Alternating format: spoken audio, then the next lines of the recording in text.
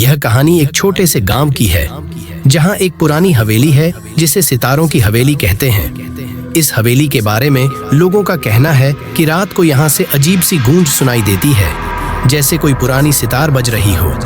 गांव के लोग कहते हैं कि यह गूंज तब सुनाई देती है जब कोई इस हवेली के अंदर जाता है।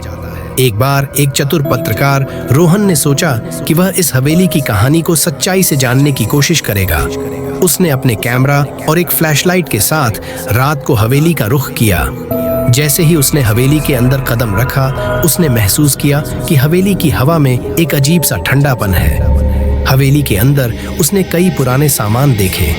एक पुरानी सितार जो एक कोने में रखी थी, पुरानी दीवारों पर चांदनी की रोशनी से अजीब साया बन रहा था, और कुछ पुरानी तस्वीरें जो देखते ही देखते ऐसा लगती थीं जैसे वो उसे देख रही हैं।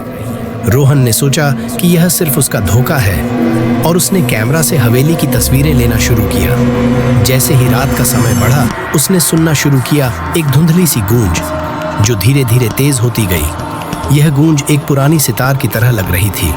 रोहन डर गया, लेकिन उसने सोचा कि शायद यह सिर्फ हवा का खेल है। उसने फ्लैशलाइट से सितार की तरफ देखा तो देखा कि वह खुद से बज रही थी। रोहन का दिल तेजी से धड़कने लगा। उसने कैमरा का बटन प्रेस किया, लेकिन कैमरा बंद हो गया। अचानक उसने देखा कि हवेली के अंदर से एक धुंधला सा चेहरा उसकी तरफ बढ़ रहा है।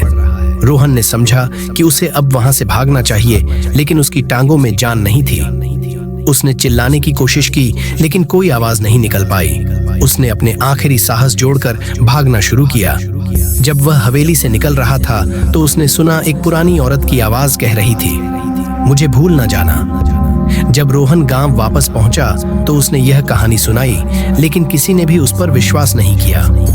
लोगों का कहना है कि वह आत्मा हर किसी को अपने साथ ले जाना चाहती है जो भी हवेली में कदम रखता है। रोहन के दोस्तों ने उन्हें समझाया कि वो सिर्फ भयावह सपने देख रहे थे, लेकिन रोहन का चेहरा देखकर उन्हें समझ आ गया कि उनका अनुभव कुछ अलग ही था। उस रात के बाद रोहन ने कभी भी सितारों की हवेली का रुख नहीं किया, और आज भी लोग उस कहानी को सुनते हैं जो उन्हें डर और जिज्ञासा से भर देती है।